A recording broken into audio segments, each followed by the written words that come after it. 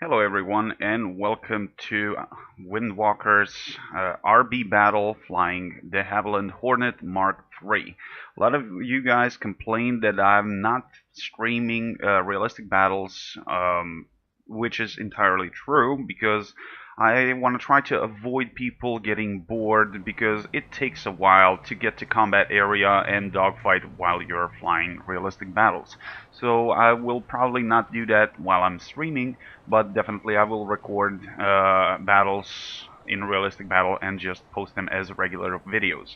I prepared a couple of replays that I had a couple of days ago and I actually completely forgot to upload them, so I'm using the opportunity to upload them now because it seems like on official War Thunder page there was an announcement that new update 177 Storm, Advancing Storm, I think it's called, is gonna be released very soon. So I'm expecting to see it tomorrow, probably.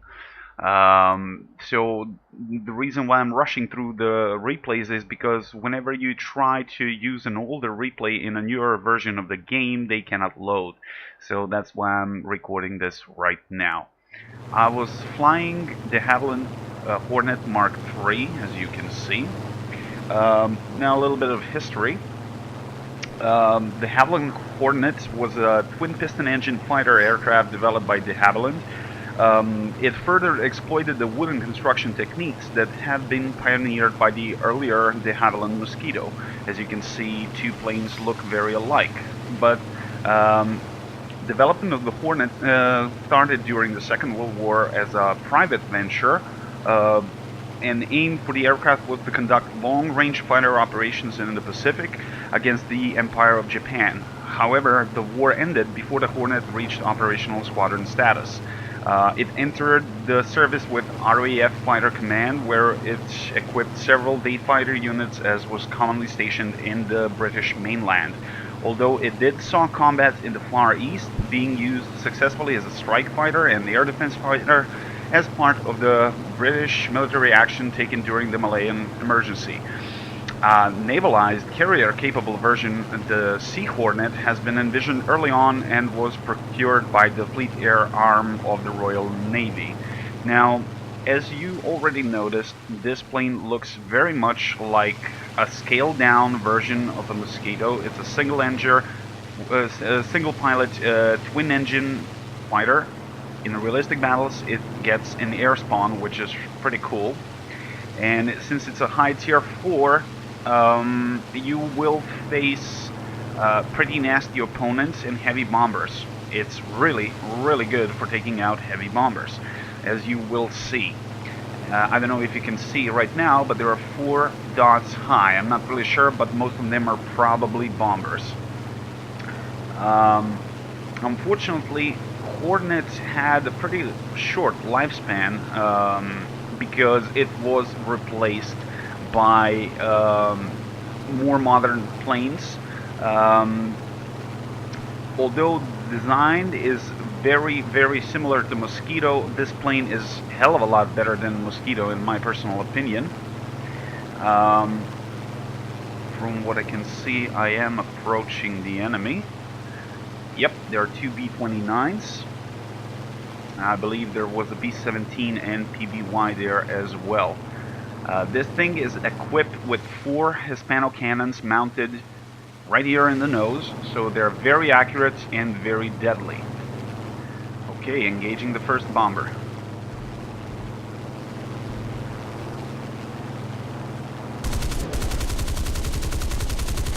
As you can see, I easily set him on fire and damaged him, so that's practically a dead plane. Switching on to the next bomber. Not really sure how I killed this one, but I certainly did damage him.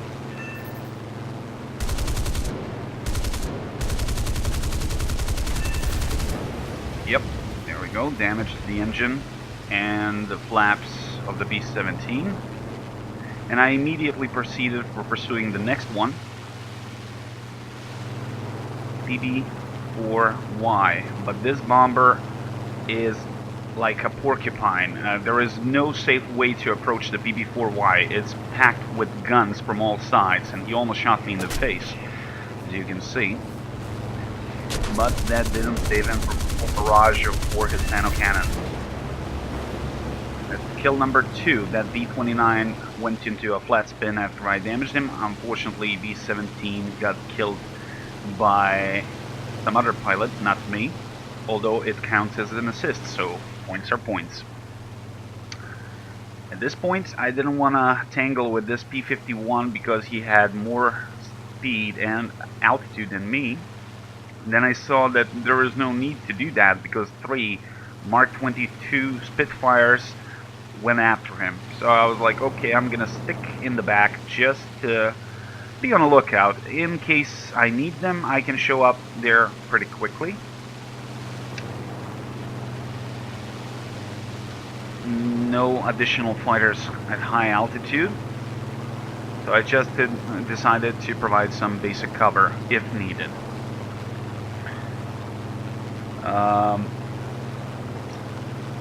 Okay.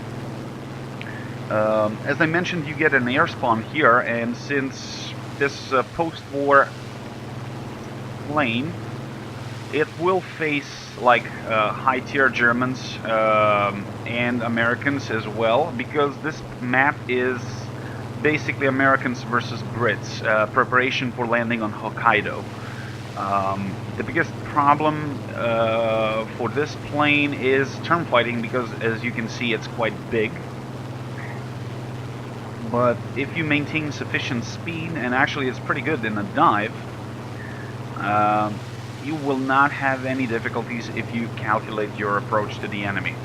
Now, I decided it's not worth going after this P-51. He already got 2 Spitfires on him, so they forced him low, so there was absolutely no point in chasing him. So I decided to rejoin the others and see if there is anything else I can do to help them. Anyway, due to relatively short operational service, surprisingly, Hornet participated in several record attempts in air races. So it was non-combat variant, and actually it scored several records, which is funny, considering that was not the primary design purpose of the plane. Hornets were often sorted in conjunction with strikes from Avro Lincoln bombers. Their other activities included the aerial escorting of ground convoys, and they proved to be extremely reliable. For an example, 45th Squadron of Hornets based in Singapore achieved a total of 4,500 operational sorties over 5 years, so more than any other squadron in the FEAF. I believe in the mid-1955 or 56, all Hornets have been withdrawn from operational services. This Bearcat just made a fatal mistake. That's kill number 3. Not bad. Unfortunately, this guy crashed, but he saw me in time and actually baited the Bearcat to allow me a clean shot. Although it seems like he kind of pushed the plane a little bit too much and smacked the ground. Now this P-51 is already being pursued by Spitfires, but he was coming straight towards me, so I had no choice. I had to open fire. I didn't want to steal anyone's kill, but I believe I did set him on fire. He's leaking oil and fuel badly. I'm not really sure whether I was the one who set him on fire, but I was like, hell, I risked my plane. I'm gonna finish what I started. And a very short burst. That's a kill number 4. Minimum damage to me. No other planes were left from what I can see. Nope. So that's it. I would strongly recommend that you upgrade this plane while flying realistic battles, because in arcade, when it's stock, it's horrible, like pretty similar to Mosquito. So without the engine upgrades and at least upgraded cannon belts, do not even try to bring it to arcade battle. So that was match number 1. That's a clean victory. 4 air kills, 1 ground target, 1 assist. Not bad at all. And for the second replay that I played a day later, so it's same plane, Hornet Mk.3, and actually I earned half of the upgrades, or actually more than a half of the upgrades on the Hornet by flying it in realistic. Even stock, if you approach the enemy properly, if you maintain speed and altitude, it's not a big deal. I'm gonna speed up this replay a little bit so you don't wait too long. And actually this one was more interesting because I was more engaged by fighters than bombers. Although primary purpose of this plane is to knocking out enemy bombers and to escort your own. So I'm gonna speed this up times 16 so we can get to the combat area quickly. There we go. Notice the TA, which is pretty fast climber. A couple of other fighters low, but it's a suicide if you go down low and turn fight with those guys, especially in a pack like that. As you can see, 2 BF-109s and a Focke-Wulf are attacking. I believe that CP4Y, which was extremely low. I don't understand why he did that. Sorry. Now this TA doesn't seem to care. He spotted me but a second too soon, so I think I managed to scratch him a couple of times and to spook him off. My objective was not to kill him, but to divert the enemies from the bombers. And unfortunately I pushed my plane a little bit too much, so I chopped off half of my left flap. Although I do not understand why this guy did not take evasive maneuvers. And I missed a lot. But probably relying on that BF-109 to assist him. Although BF-109 did not quite get the message until it was too late. So in a position like this, run. He has the height advantage, he has the speed advantage, so this is not a good place to be. And he was already engaged, so if you try to force a dogfight and you don't have the initiative, you're good as dead. But then anyway, that was kill number 1. TA-152 shot down. Now, except that guy, there's a G56 high. And this guy, is, if I recall right, he was quite a pain in the ass. A lot of enemy fighters low. So like I said, in a Hornet, if you go down that low, you're good as dead.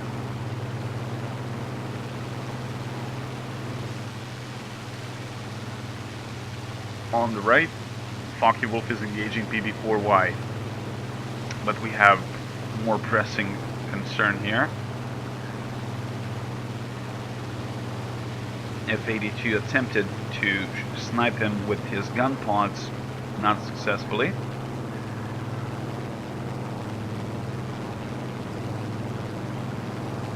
And now he's in trouble. G56 can outmaneuver him, although he can't outrun him. Although I had to cover his escape. And this guy actually could have killed me if he spotted me in time, although that's not the case here. He kept pushing after that F-82 and exposed himself to the rounds of that P-51. Not a smart thing to do when you got like 3 or 4 fighters around you. Take a look at the battlefield. 3 enemy fighters still low. For the time being, maintaining altitude, because he's gonna give another shot on us at some point. Yep, he's the only fighter high, and that's why I'm staying so high.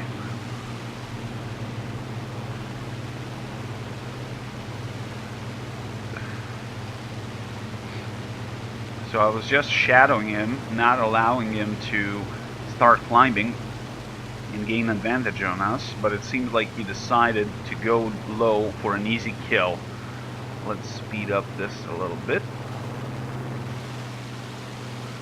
That's the problem why I don't like replays. You don't see half of the markers.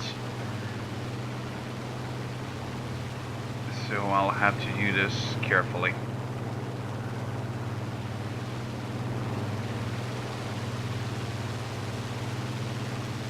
As I was saying, Hornet was withdrawn from service in 1956, mid-1956, and unfortunately no complete examples of the Hornet remain in existence today.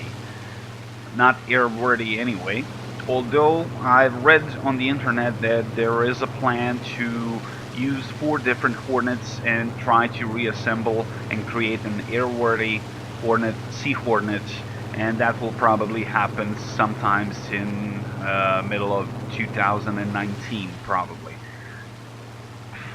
Hopefully that will work. Not really sure whether they have all the funds or they started crowdfunding. The Seafire was in jeopardy. F-82 for some reason was not able to catch him, and I decided to go and help, but I was simply too far. Nevertheless, throttle to 0 and using my speed, so careful approach. You can dive at high speeds, but you can't sharply turn, otherwise you're gonna rip your own wings. Now this guy is not even seeing me.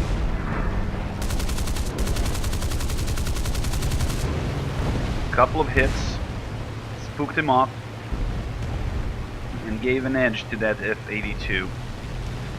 Now as you can see, I'm using the speed that I'm gained to regain some height and actually try to finish him off, because he's now on the tail of that F-82. I really don't understand why the F-82 allowed that.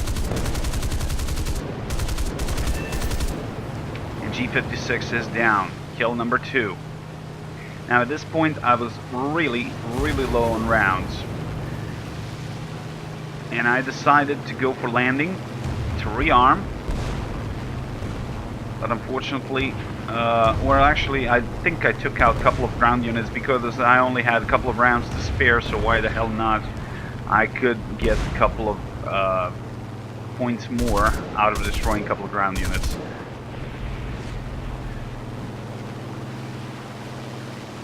That's what I usually do when I'm not in any immediate danger and I'm really low on rounds, and I'm gonna head to base anyway.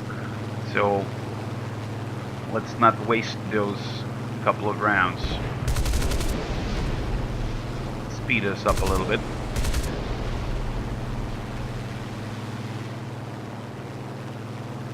Yep, at this point I was heading back towards my base to rearm. Although I believe at some point the enemy appeared. F-82 was extremely inaccurate in his strafing runs.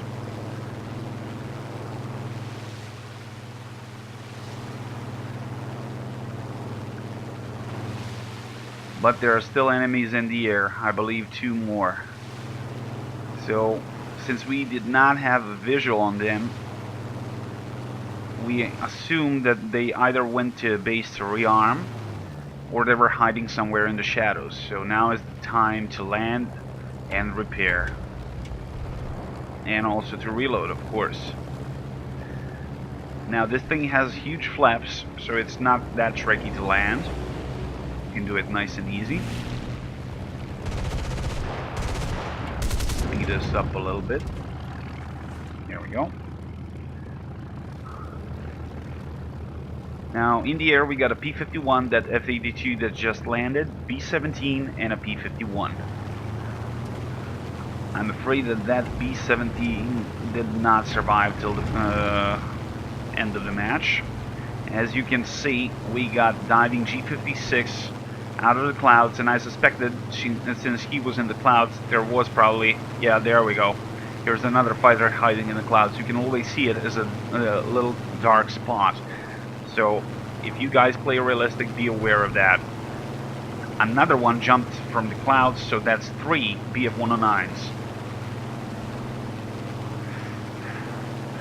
That B-17 had an extremely lucky shot on a G-56 and managed to snipe the pilot. So there are 2 BF-109s versus 3 of us, but this F-82 did not even take off the ground. Now, I didn't like this particularly because I was not going too fast and I did not have sufficient altitude. Good news is that they were focused on B-17, so that gave me a small window to climb and stay above them. Now this P-51 pulled off some good moves, and actually we worked together to kill them.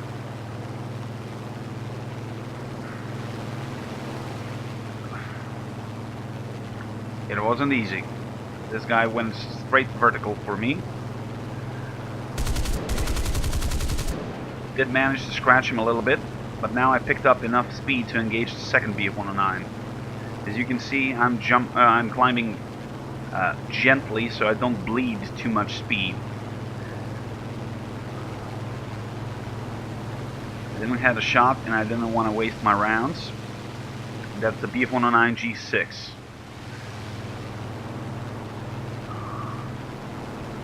So he tried to boom and zoom me, missed. I believe I only grazed him. F-82 tried, but he had a BF-109 on his tail, which turned straight towards me, and that was his mistake, which gave the time for the P-51 to turn around. Pursuing the second G6, damaging him, although he can turn better than me.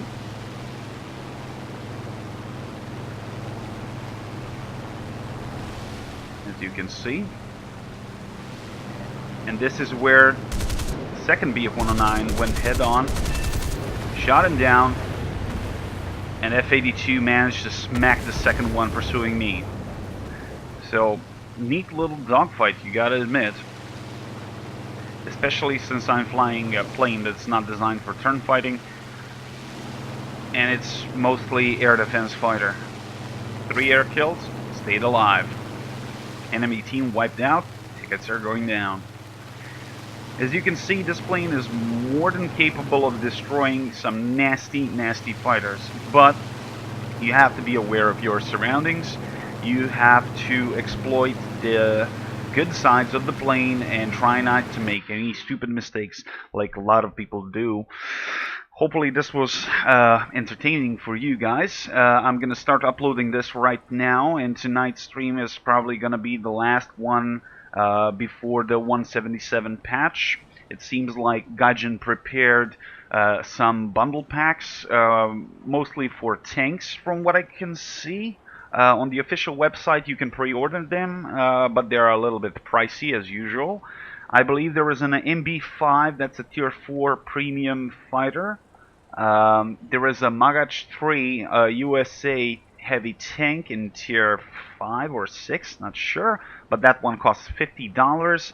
And there is another tank, I'm not really sure which one that might be, but you'll see probably soon enough by yourself. So if you decide to go for those, just be advised that, as usual, those bundle packs are a little bit pricey. Anyway, this was Windwalker, and this was a realistic battle with me flying Hornet Mk.3. Hope you enjoyed the show. If you're new to the channel, hit that subscribe button. If you're a returning viewer, show us that like love. All support is appreciated. If you would like to contribute to the stream, there's also a Streamlabs donations link down there. So I wouldn't mind if you buy me a cup of coffee, but it's entirely up to you. Always check your 6. I might be on your ass. See ya in a bit in a regular daily stream, Windwalker's Flying Circus. Peace.